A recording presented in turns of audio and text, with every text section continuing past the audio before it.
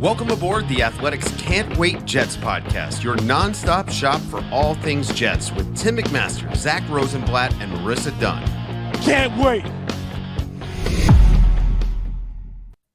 The New York Jets are 5-2. They've won 4 in a row. The Patriots may be terrible, yet there seems to be this black cloud over the Jets camp right now. I'm Tim McMaster, along with the Athletics Jets reporter Zack Rosenblatt and our producer Marissa Dunn. The cloud because of the injuries, and we'll get into that today. We will talk about the win in Denver on Sunday. Of course, Zack was there. We're going to talk about the other Zack struggles. Zach Wilson did not look great. He's going to need to play better down the road. And of course, we're going to talk about the injuries as well. A morning version of Can't Wait coming at you here, 10 a.m. on Tuesday. We always debate, like, do we go Monday? Do we go Tuesday? Which day is best? We usually try to get to you on Monday if the Jets win a game. This week, it was impossible because Zach's travel schedule coming back from Denver was bad. But Ben, it turned out to be a good thing, I think, because there's so much more to talk about now than there would have been yesterday at this time. Yeah. I mean, we knew there was going to be news at like Saleh's press conference because, well, we knew Breece Hall was going to be out for the year. We were waiting for AVT. I wasn't optimistic. I didn't think he was going to be out for the year. He is. Corey Davis, we don't know how long, what his deal is. And there's an Elijah Moore thing. And that's like 4 things right there that are like relevant, like news items. Elijah Moore feels like it was like 3 months ago. Yeah. But it's going to be he's going to have to talk at some point, so it'll be a thing again this week. A lot of times, like Monday press conferences, you're like, all right, there's not really that much to talk about. This time there was a lot, and then as I get back, I flew into Philly because my parents live in South Jersey, and that's where my dog was staying. The airport parking took like forever. I haven't eaten, so I stopped to get food, and as I'm about to pick up the food, I see a text that the Jets had just traded for James Robinson. And so I was not done working yet. But yeah, that was one of my first thoughts was like, yeah, we did it again. We pushed the podcast back a little bit, and it was the right move because I think it was Elijah Moore stuff last time, right? Yep. Yeah, we ended up going Friday instead of Thursday, and Thursday was it exploded. All right, let's start with the trade because that's the newest thing. They bring in James Robinson from Jacksonville. He's a guy who, third-year player, ran for 1,000 yards in his rookie campaign, ran for over 700 in his second campaign, tore his ACL at the end of last season, but made a pretty, remarkable comeback that he was ready to go for the beginning of this year because obviously, or Achilles, I said ACL. Yeah. He tore his Achilles at the end of last year. But Jacksonville has Travis Etienne, so he was kind of the odd man out here. So let's look at what he is. He's not Breece Hall. The Jets have brought in another running back to help out, but they have not brought in a guy who is going to probably be the rookie of the year, run for 1,000 yards, make explosive plays week after week and score touchdowns. He's not that guy. We need to be realistic, but it won't just be Michael Carter bearing the weight, right? This is a guy who is a quality NFL running back. Yeah, for sure. And you didn't have to give up much to get him. It's a conditional 6th round pick. He's probably going to hit the condition. He has to rush for 600 yards. He's already at like 300. So you would assume unless something goes wrong, that'll happen. But I believe it's the draft pick that they got for Blake Cashman when they traded him to the Texans. So you can look at it like they traded Blake Cashman for James Robinson, which makes it look even more feels pretty good. Thing. I wrote about this in my James Robinson story. Like you said, like he's not like a star player. I think he's not maybe as good as he was his rookie year just because he's coming off that Achilles injury, and there's a reason why he was kind of benched for Etienne, who was picked in the first round last year. But this shows that in the past the Jets they've never been 5-2 not never, they haven't been this since 2010. But normally, if a guy like this would go down right before the deadline, they probably wouldn't have gone out to trade for somebody to fill the hole. They would have just done it internally or signed a free agent or something like that. But Joe Douglas clearly sees a chance to make the playoffs, and he saw an opportunity to go get a veteran running back for the cheap. And that's what he did. And James Robinson, I think he fits what they like to do. They're going to run the ball a lot. This is going to be a run-heavy team. He kind of had to do it.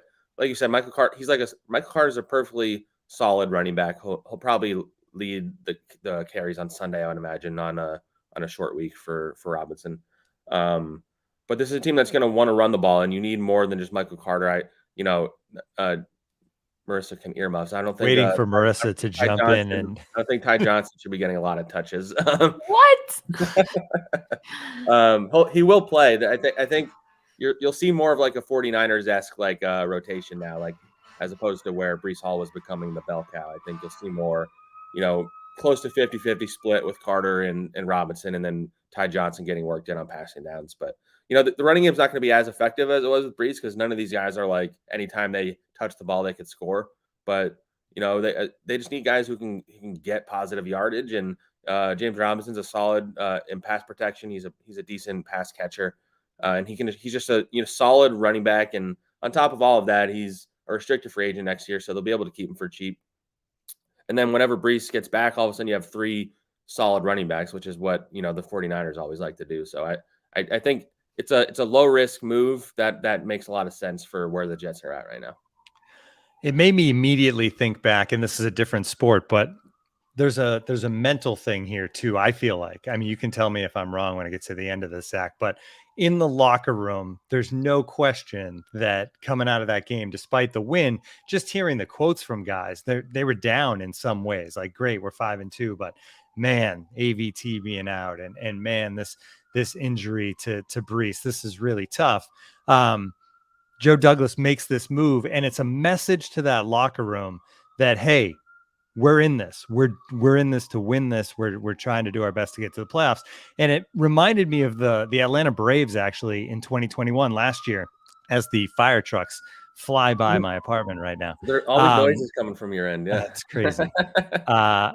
Ronald Acuna Jr. got hurt about 2 weeks before the trade deadline last year for the Atlanta Braves, and it was, you could immediately think, okay, best player on this team. They thought they could go to the World Series. Now it's probably not going to be that way. There was still a couple of weeks to go before the trade deadline. Alex Anthopoulos immediately got on the phone, traded for Jock Peterson, so that when the team came back from the road trip, they knew, okay, you know what? The front office believes in us. And there's a message there. And it worked. They ended up making like 5 more trades before the deadline, and they went on to win the World Series. This Jets team is going to go on to win the Super Bowl. But I think it is a message that was sent to the team that, like, hey, I know we're banged up. I know things are down. But you know what? We went out. We're going to help you. We're going to plug these holes, and you can still do what we wanted to do this season. Yeah, I mean, and the unfortunate thing is, it's like one of those things where you fill one hole and like another one opens up. Like they have, the offensive line's an issue now, and a lot of people have suggested they're going to go and trade for offensive linemen. Now they are not the only team that needs offensive linemen, especially not even teams that are like playoff contenders. So I don't see that happening. Especially they have I don't know if it's luxury is the right word, but they have 2 starting quality tackles on injured reserve right now. George Fant's not quite there yet to come back. I think Max Mitchell would be eligible next week. I don't know where he's at.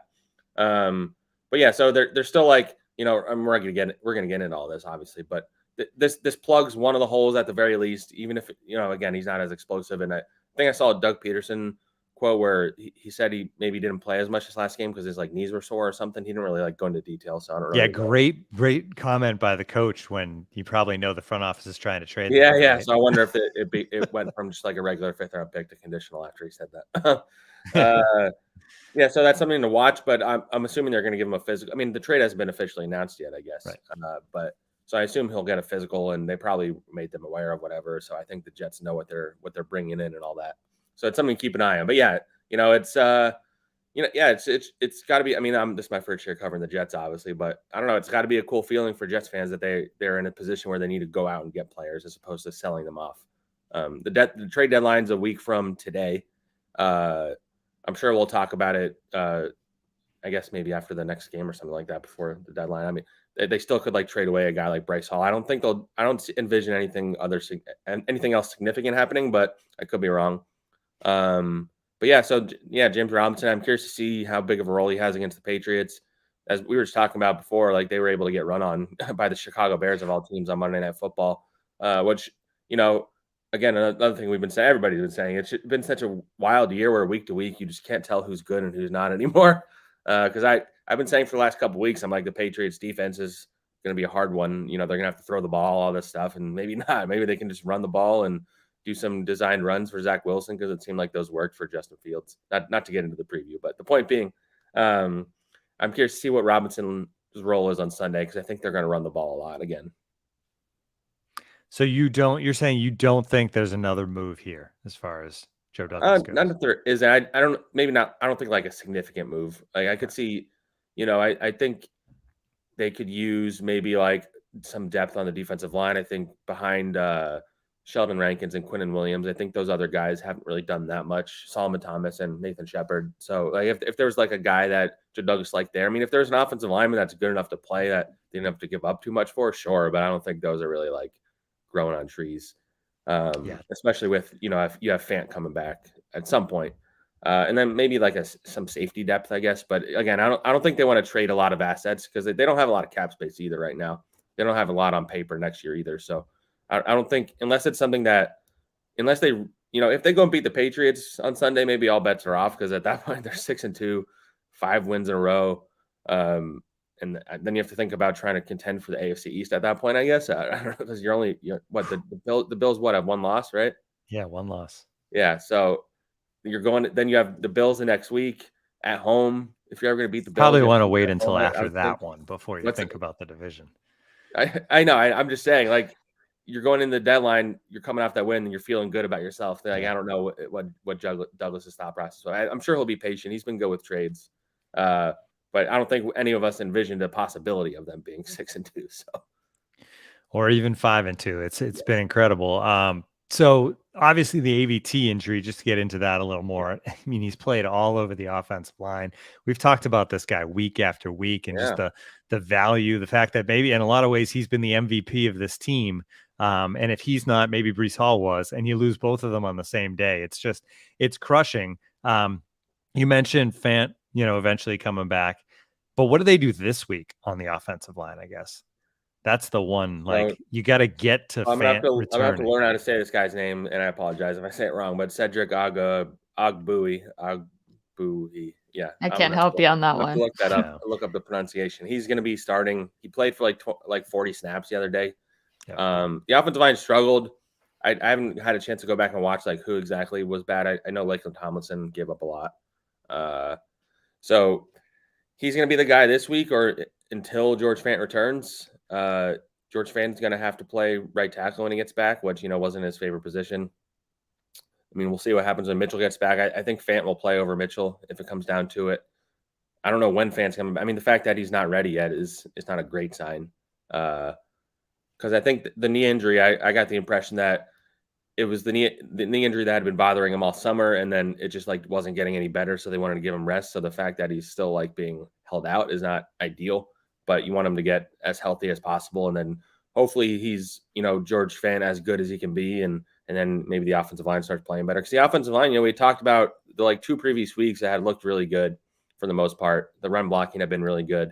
Run blocking was still solid this last week, but the offensive, like Zach Wilson was running for his life the whole game. It seemed like, maybe he was holding on to the ball too long a few of the times, but they need better play from the O-line, especially because this is, I mean, again, we're going to get into the Zach Wilson aspect of it, but this is a run-first team. That's going to be their goal, to run it down your throat every week. Some weeks you're not going to be able to do that, and they need the offensive line to be playing well in order to do what they want to do on offense. So it's a huge loss, like you said. I mean, I thought Alijah Vera-Tucker was their MVP of the season so far just because he saved them in so many ways. Playing multiple positions, everybody was raving around him. You started hearing his name mentioned around the league as like one of the better players in the league. Like that's how impressive what he was doing was to some people. He was going to make the Pro Bowl. I mean, every week I was like, I'm probably going to keep talking about him every week, and now it's just like it was weird because Breece Hall, you knew was bad in the moment. He goes down. He needs help walking off the field. Alijah Vera-Tucker, you didn't even like see him go off the field. All of a sudden, there was the medical tent was up, and we're like, who's in there? And then Alijah Vera-Tucker pops out. And then he goes in the locker room, and then you kind of don't hear anything. And then he's not there in the second half, and then they declare him out. And then, after the game, Robert Saleh, he's like, it's likely that Breece Hall tore his ACL. We're going to get more tests on Elijah tomorrow. And then tomorrow gets there. Like, I had a feeling it was bad just because, elbow injury. It was labeled elbow in the moment. Yeah, that was the one thing, though, that like gave me hope is that they had said like elbow during the game. And it just, elbow seems better than knee, or you know what I mean when you good point. hear But it. offensive lineman elbow is pretty rough too, though. Right. But it turned out being a torn triceps, I believe, so he's out for the year. I mean, it just really, you really feel bad. You feel bad for both of them, obviously. But that kid was headed towards All-Pro, Pro Bowl, huge payday, and I'm sure he'll still wind up getting that. And it's not like his career's over or anything. I think tricep injury is one you can come back from. But it just really unfortunate because he was like a saving grace of that offensive line, the offense, and just a positive force in that locker room. Everybody loved him. Everybody was so impressed. Like he was just galvanizing everybody. Just because he was, no questions asked, doing whatever was asked of him, playing a position he never played before. And now he's lost for the year, and they have to again circle the wagons and figure out.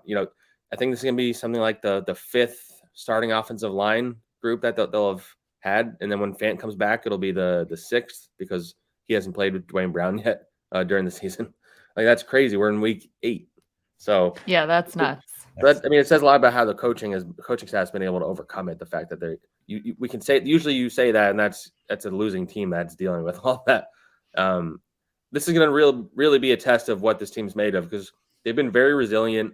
They've overcome a lot of bad things within games. Even they still come back in the fourth quarter no matter what. We're really going to find out what they're made of when you lose your two best offensive players, arguably, in one game, within like 5 minutes of each other, on top of Corey Davis being hurt. We're really going to find out, especially at this hard stretch. You have the Patriots, Bills, Patriots. Even though the Patriots don't look as hard, they tend to play better against the Jets anyway. So, we're going to really find out if this team is the real deal, and if they can overcome this, then you have to kind of just expect them to overcome almost anything at that point. So real quick on Corey Davis, day to day, but I would imagine he'll probably miss this week. So Denzel Mims will be in there again, I would imagine, regardless of Elijah Moore. But is there anything new on the Elijah Moore front, or are we just waiting to hear from him this week at some point? So he's back. He was back in the building yesterday. Saleh said he hadn't talked to him, which a recurring theme I've noticed when anyone's been asked about Elijah Moore on this team is like they haven't talked to him yet, which I don't know if that's what that says. It kind of made me laugh a little bit because it's just like, one of them, because I wasn't there on Friday because I was traveling. So some people interviewed Corey Davis, and he was one of the people who's like, I haven't talked to him yet. And they would offer like, we love him, but I haven't talked to him yet. Another guy, I haven't talked to him yet. And then like, there's been kind of, I don't know if it's on purpose. I'm sure it is, but like CJ Mosley even had a comment yesterday where he talked about, because he was asking on Michael Carter and what he's meant to this team. And he's like, even though, he's one of those guys, even when he's not getting touches, he's not thinking about the production or whatever. But he's staying ready. So when the time comes, he's going to be ready for the touches or whatever. Like it was like he wasn't asked about Elijah Moore, and it's pretty clear that so there's going to be some awkwardness. That Saleh indicated that he's going to play this week. I imagine they'll need to see how he looks when he goes out there and how he acts. It's going to be. I mean, this again, like I went on that rant the other day. It still applies. Like now they've won 4 in a row, and they're still going to be asked about this guy who just is mad that he hasn't gotten any touches. Yeah, we're going to keep hearing about him as well. All right, we got a lot more to get to. We're going to talk about the game, the actual win a little bit, and we'll talk about Zach Wilson as well. But we got to take a short break here on the Can't Wait podcast. I'm so excited to talk to you about our next sponsor, Liquid Death, because I am just absolutely loving it. You may notice there are these strange tall boys of beer in the bottled water section of your local stores. Well, it's not beer, and it's actually mountain spring water from the Alps, and it's called Liquid Death. Why is the water called Liquid Death? Well, because it will brutally murder your thirst, and their infinitely recyclable tall boy cans are helping to bring death to plastic bottles, which is so awesome. They also donate 10% of the profits from every can sold to help kill plastic pollution. I'm so used to buying bottled water, and when I tried Liquid Death, I was blown away. The water is so good. The sparkling is my favorite. In the afternoon, a cold sparkling water just tastes so good during the workday. They also have 3 different flavored waters, mango, lime, and berry, which are also so great, and I highly recommend you trying them.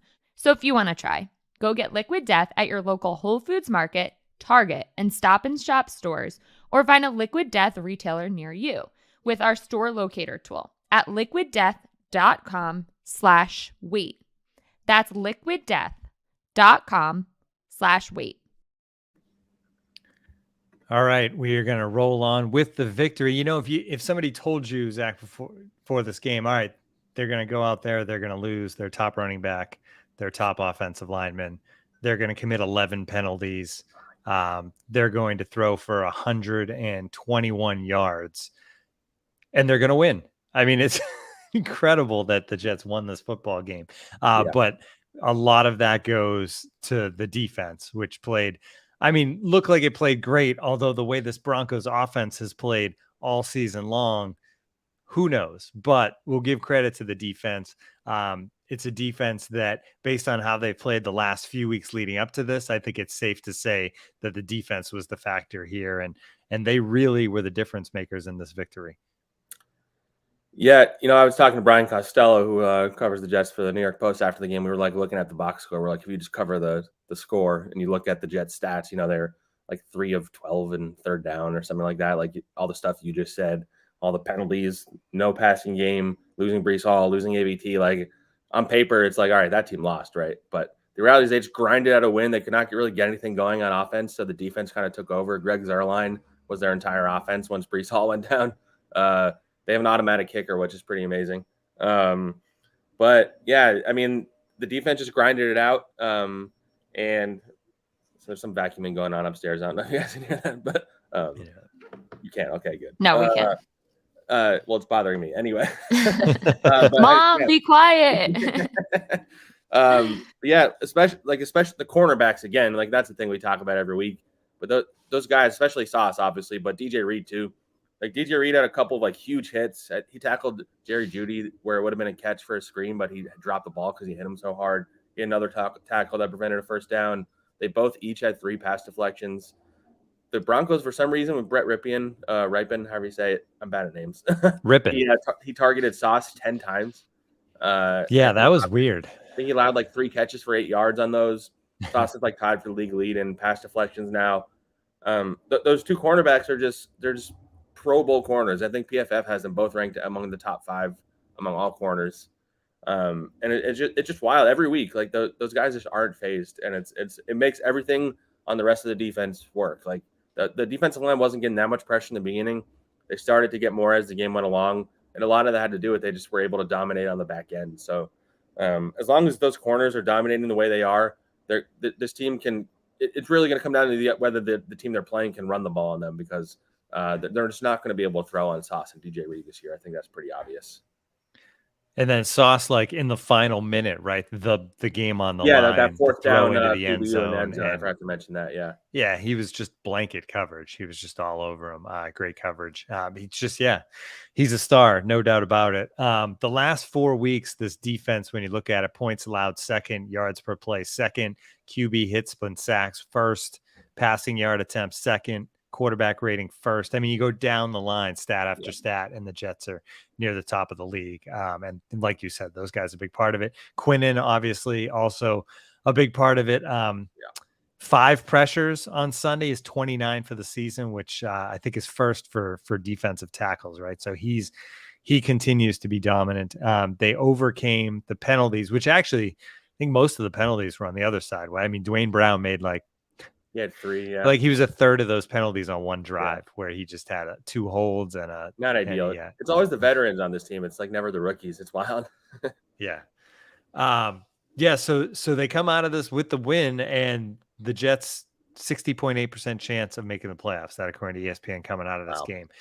So that's where the defense is, and the defense is still relatively healthy. So that's something this team is going to be able to continue to rely on. I did want to give a shout out to you, Zach, because I don't think you patted yourself on the back enough, but your prediction for this game was 17-13.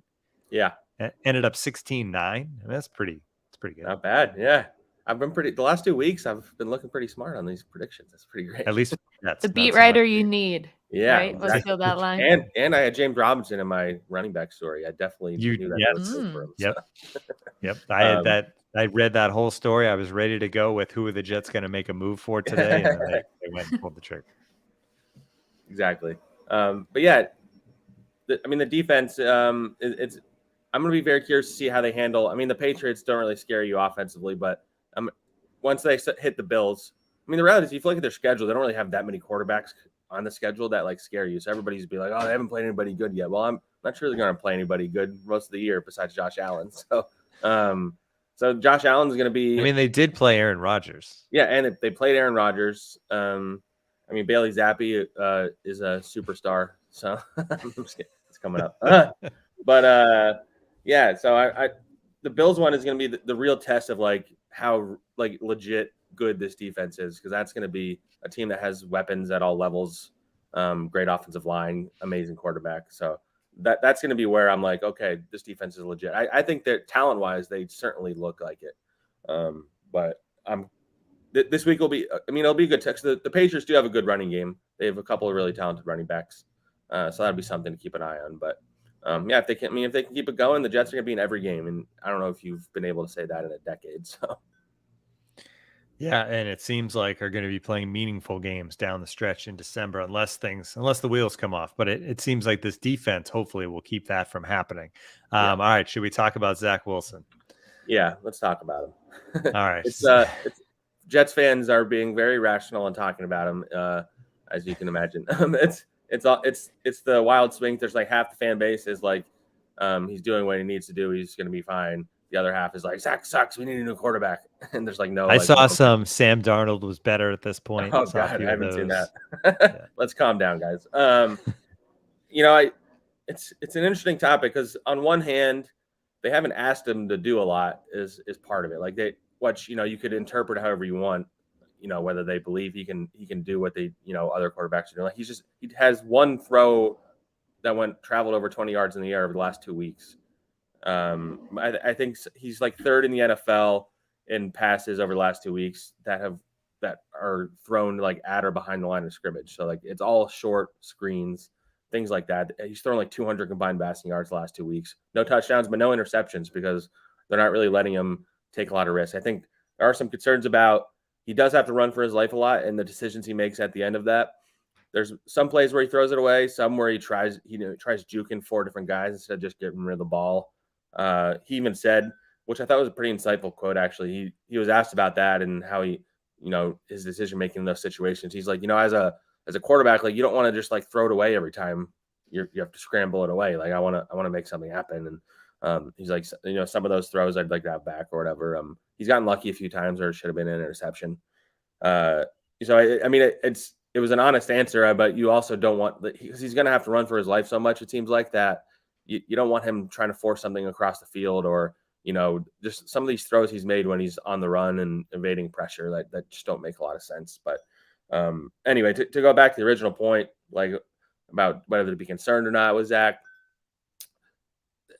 they're doing what they have to do to win right now. But as we've alluded to many times, I feel like at some point he's going to have to, lead them to a win as opposed to not losing the game for them. They're not going to have a lead in every game. They're not going to be able to just run the ball every play, every game, or do short passes and stuff like that. He has the receivers to make things happen. Even if Corey Davis is out, Elijah Moore, if he's playing, is talented. Garrett Wilson, they have the tight ends. They don't really have Breece Hall out of the backfield anymore. Like the weapons are, I guess, lesser than they were before, but they need him to step up. Garrett Wilson's been getting open. I think there's a ESPN like stat that he's like the 5th most open receiver in the NFL so far this season. So the guys are getting open. They need to start getting some explosive plays down the field. They need to establish the passing offense as like a threat, even if it's not like you don't need Zach to be a star this year. I think it would be fine if they went this whole year and Zach just wasn't turning the ball over and occasionally could have like a big game. And then next year, if he's still like that, then you start questioning whether he's like the guy. They picked him 2nd overall, so you don't love that you have to make the offense so not simple, but not like as explosive just because maybe don't trust Zach to do what they drafted him to do just yet. But I'm not at the level of concern that, it's only been, he's literally played 17 games. So you could argue that he's starting his 2nd season game wise next week. And so, 17 games, his 17 game numbers aren't like amazing, but he's a different player now than he was last year. I do think he's better than he was last year. Do I trust him yet to like go out and win a game for them? He did it in Pittsburgh. That was just 1 quarter. The other 3 quarters, he wasn't very good. So I don't know. It's like there's a middle ground between he's terrible and he's exactly what they need. Like I think he still has a lot to prove. He's done what they needed him to do. His ability to evade pressure has saved them in a lot of ways because, like Joe Flacco, as we've talked about, would have been sacked many times over these last couple of weeks. So if he keeps not turning the ball over, they'll be okay. But as you get to teams that have good defenses, the Patriots theoretically did have a good defense. The Bills have a great defense, and then some of the teams on the back half have been better than expected. So we need to see what he can do when they have to start throwing the ball a lot because he just hasn't had to do that yet. And I feel like we've done the breakdown of, when pressured, when not pressured, and how he's been very good when not pressured. But when you look at the state of this offensive line as far as pass blocking goes, and then you look at these teams that are upcoming, I mean, he's going to have to face the pressure and do something. There's like 1 or 2 plays a week that just make you like really like scratch your head. This time it was in the first half. He kind of scrambled wildly. He like put one spin move on, then tried another one, and then on his way down kind of threw it from his knees. And they replayed it to make sure that it wasn't a turnover and that he was actually down. And it was close. It was quite a conversation because whether or not the contact put him down. I thought it was a fumble, honestly, but it was really close. Yeah, and it was one of those things. I've never even seen something like look like that before. Like, first of all, you don't see a quarterback. A lot of people joked it was like when you play Madden and you click spin move a few too many times. There's the week before where he just kind of like launched it into the end zone on 3rd down and to like double coverage, and it was almost picked off, and it would have prevented like a scoring opportunity. Like, you can't do those plays. As somebody pointed out in the chat, Jeffrey Snuffin, the Broncos defense also has shut down pretty much every quarterback they've gone against, which is something to think about. Like they're arguably, like, a lot of the numbers have them as like the best defense in the league. So they were going to be able to take away anything that Zach was going to be able to do down the field. But you don't want to be out schemed every week just because you just put a few too many guys in the secondary and Zach can't really handle it or whatever. The Broncos have a lot of talent. The Patriots do have talent on defense, and they have a smart head coach in Bill Belichick, even if he does some stuff recently. And he loves facing the Jets. And young quarterbacks.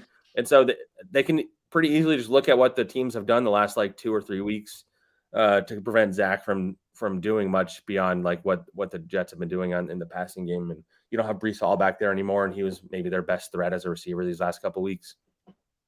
So we're going to find out what Zach is made of too. I talked about what the team is made of. We're going to find out what kind of quarterback Zach is over these next 3 games. If they can win, if they can even split this Patriots series, because their 2 of the next 3 games are against the Patriots, you're in really good shape in the AFC East. And it really says a lot about where you're at, because you got to win those divisional games. Like we've talked about it a lot. The Jets have talked about it internally a lot. They beat the Dolphins. It was a weird game, obviously, with all the quarterback stuff, but they beat them, and the Dolphins look pretty good. So if they can split with the Patriots, and Zach Wilson's going to have to be a big part of that. Are there things, do you think, that LaFleur can do specifically to help Zach out I mean, I'm not criticizing LaFleur. I think I think his calls have been great. I think the offense has been creative, and they've really done everything they can to like make the most of the talent on the field, except for maybe getting Elijah Moore the ball more, right? But that's another story. Yeah. But are there little things you think that they can do to help Zach? I mean, is it ultra protection and less options downfield, but just making sure he has time to find them, that sort of thing? I don't know. I'm just kind of spitballing. Yeah, I mean, I think they've done a lot more of the 2 tight ends to get him extra blockers and stuff like that. I think Robinson's a decent blocker as a running back too. To like, if there's there's a lot of free runners coming at Zach last week, so maybe Robinson can help with that a little bit. That's kind of the issue, because if Zach's getting pressured a lot, they're probably not going to be making many plays downfield. But they have to find a way to scheme up some things down the field, whether it's, I don't know. I think one step would be getting Garrett Wilson the ball in space and letting him kind of do stuff after the catch. They've kind of gone away from that a little bit since Zach's been back, because they've been running the ball so much. But Garrett is still a very dynamic player, and he's capable of. I mean, other teams have approached him as if he's a number 1 receiver. Like the top corner has been covering Garrett Wilson every week, which says a lot about what teams think about him. I'm curious to see how it looks if Corey Davis is out. Like how much attention he's going to get. You're going to need a guy like Mims to step up in that case, because I don't really see Jeff Smith really contributing much as like a pass catcher. But yeah, I don't know. they need to try to take some shots downfield if they can. I mean, Elijah Moore is the one that weirdly is the one that would be good at getting the ball down the field. He's really fast, and I know a lot of people have called for him to play a little more in the slot. Maybe that's a move you do. You throw him in the slot and let Garrett try on the outside and see if we can get going there. But yeah, I don't know. It's going to be a challenge. And they need to find a way to get those explosive plays in the passing game because the running game's not always going to be there. They ran the quick pass to Garrett once this week. I think it was in the first half where it was just, one step back, Zach zipped it over to him in space and he made a guy miss. And I think it was a 10, 12-yard gain. And it was, those plays are so easy. Now they look easy when there's one guy out there and he makes a miss and gets the gain. Sometimes obviously the defense is lined up a little bit better, but I feel like they don't run that stuff for Garrett Wilson maybe enough just to get him easy catches. Yeah. So he's gotten some targets the last couple of weeks, but yeah, the lack of usage for him has been a little strange to me. I am curious to see what the target share looks like. A lot of it depends on Corey Davis because he's just been like solid on the outside that you can rely on him kind of thing. Right. Maybe he's not getting plays down the field or, making plays like after the catch or whatever, but he's been important and he's really good in run blocking. We should mention Denzel Mims real quick just because I think he came in, he had the block that sprung that Breece Hall run. And fans ate up a quote he had after the game because I actually asked him what if he's still if he plays like this, if he plays this much going forward, does he still want to get traded and all that? And he's like, I'm not even thinking about that right now. I'll let my agent handle that. But all I want is to win and to play, and so as long as we're winning, I'm happy. And so fans are like, yeah, Elijah Moore, suck it, kind of thing. All right, he did demand a trade still. Not demand, request, I should say. It's a nice way of putting it. But yeah, so Denzel, Denzel's an interesting player because he does make he'll get a penalty or make a drop or something like that where it confounds you. But the talent is still clearly there to me. So I'd be interested to see as he gets more of his sea legs back now that he's actually playing, if they start trying to get him the ball down the field because he's big, athletic, fast. So I don't know, maybe he's a sneaky option to get the passing game going. It's funny because he did have the penalty later in the game, and it was on a block. He was Although I will say Zach Wilson went out of his way to say he didn't think that was actually a penalty, so he defended Denzel. Kind of clotheslined the guy and tore him down, but yeah. Also, not to be negative or anything, but I thought it was funny on the Denzel block on the Breece Hall thing. If you watch the replay, he makes that block, and then as everybody's still running down the field, the play's still going. He just kind of starts walking toward the sideline. He's like, yeah. He fist bumps, and then he did my job. But he's like, I did my job. I'm good. I'm at a loss. Marissa, just bail me out here, Marissa. What else? Anything else? I just am still stuck on I think it's really good that Joe Douglas came out and made a move, and I think the vibes, I know the injuries, it's been a little dampening, but I feel like I'm reading the chat. I feel like the vibes are still really good. This team is off to a start no one predicted. Yeah. Joe Douglas is showing that they're still in it. I think this is, sitting here on October 25th, if I said this in the summer, we would have been thrilled. Obviously losing two key guys is not great and injuries are terrible, but I mean, I think you can't be anything but happy with where the Jets are at this point in the season. Would you rather have the Jets 2-5 with a healthy roster or 5-2 with injuries? Yeah, right. There you go. And speaking of the fact that they're 5-2 and they've technically had 5 starting tackles go on into reserve. Which is crazy. Dwayne Brown, George Fant, Max Mitchell, Alijah Vera-Tucker. That's insane. Yeah. Everybody was mad at Joe Douglas for not getting enough tackles, but even if he had gotten 4 All-Pro tackles, you can't plan for that. So. It's funny. Nothing will get a fan base happier than a trade that looks good on paper. We'll see how it goes, but we'll see how it goes. Yeah, I'm just saying, there's nothing that will make somebody a free agent signing in the offseason or a trade during the season. It's that means we're all in, and it's true. Like I said earlier, it just says a lot about where the Jets feel like this is legit. I think because otherwise, I don't know if they wouldn't be going for it. Running back. Like that, but and I'm curious now to see what happens next with the deadline. Whether they trade Breece Hall, I think they could get something for him. I don't know if it would only be a 5th round pick or something like that. I don't think they're going to trade Mims. I think it's pretty clear they actually need him, I which think is what they're Huff, right?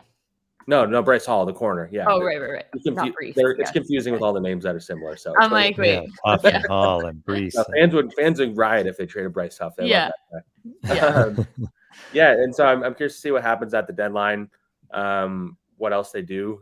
But yeah, they have talent on this team, and that's something you can say for sure. Like you can be like, oh, the opponents or whatever, but they have legit talent on defense I wouldn't say like all three levels necessarily. Like I think the linebackers are solid. I don't think any of them are like studs, but you have Quinnen Williams, Carl Lawson, JFM. You have the cornerbacks who have been amazing. Michael Carter II has been pretty solid. And on offense, you have Garrett Wilson. I mean, you had Breece Hall. Unfortunately, not anymore. The offensive line has some players that are pretty good. I think you need to see more out of Laken Tomlinson. They just have like some solid veteran. They have a good locker room. They were able to, handle the Elijah Moore thing and move forward.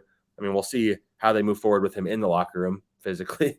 But the Elijah Moore thing is kind of like the lingering thing. Like if he gets his head back on straight, like he's gonna have a big role in this offense. Like that was the whole thing. Like he just was not patient.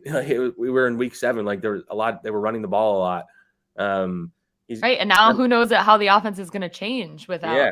Right. Yeah, So. and he's the kind of guy that you can get. You can try and get creative with him, like they're using Berrios. Get him on reverse. If he can come back and I don't know if he apologized yet or if he plans to or whatever, but if he just comes back and does his job, he'll have a role in this offense, and he's a talented player. So that it's almost like you're adding another. It weirdly feels like you're adding another player if you can just get him back on track. So I think that's going to be a big storyline going forward because this offense needs somebody to step up with Breece Hall out.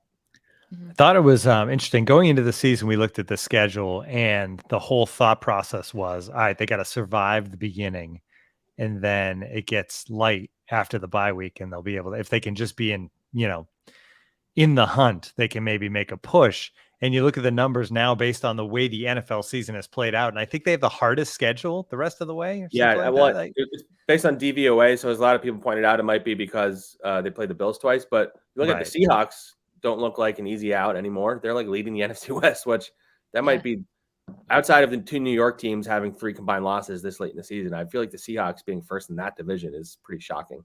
Yeah. I mean, the Bears maybe aren't a team that you can just assume is a win anymore. The Dolphins will be better when it's the end of the season, so who knows how teams will be health-wise. I think I think the second half of the schedule looks harder than it did before the season, which is why it's, I always have to do those, the game-by-game predictions before the season. I mean, it's fun to do them. I'm not acting like it's not. But it's so hard. You say, like, oh, the schedule looks easy in this stretch and hard in this stretch. And then the season gets there, and the Packers and Broncos are a mess. The Patriots look like a mess. And all of a sudden, the hardest stretch of the Jets schedule looks like the easiest stretch of the schedule. And the hardest stretch is going to come when you're playing teams like the Seahawks on the road at the end of the season. So it's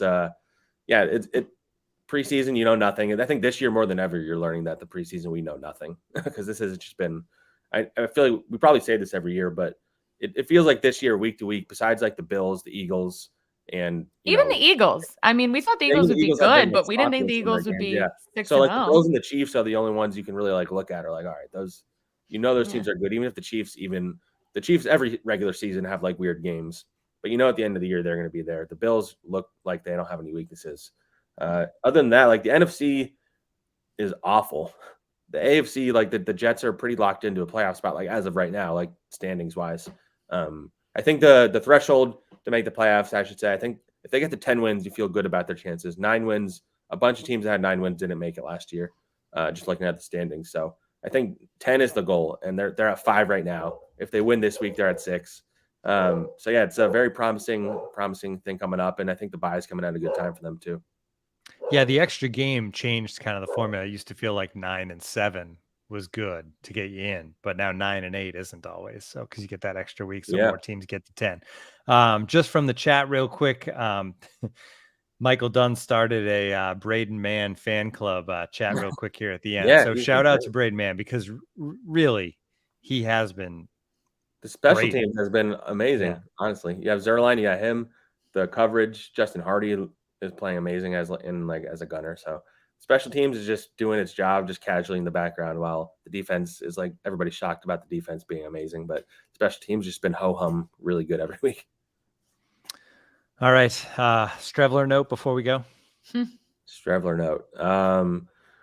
There's some teams that need quarterbacks out there. It seems like right now. No. So that maybe they need to call them up and protect themselves. I mean, the Colts just benched Matt Ryan. There's some quarterback controversies around the league. And the best way to avoid a quarterback controversy is just put in Strevler, in my opinion. I like that. Yeah. All right. And with that, we are going to say goodbye. We'll be back later this week to preview this Patriots game. Hopefully between now and then, we'll kind of have more focus on who the quarterback for the Patriots will be. Will it be Mac Jones? Will it be Bailey Zappi? They both struggled on Monday night. So we'll talk a lot more about that, how this Patriots team stacks up against the Jets, and what will have happened between now and then in Jets world. Maybe we'll hear from Elijah more as well. So a lot more to come. There's always drama here on the Can't Wait podcast. We'll talk to everybody very soon.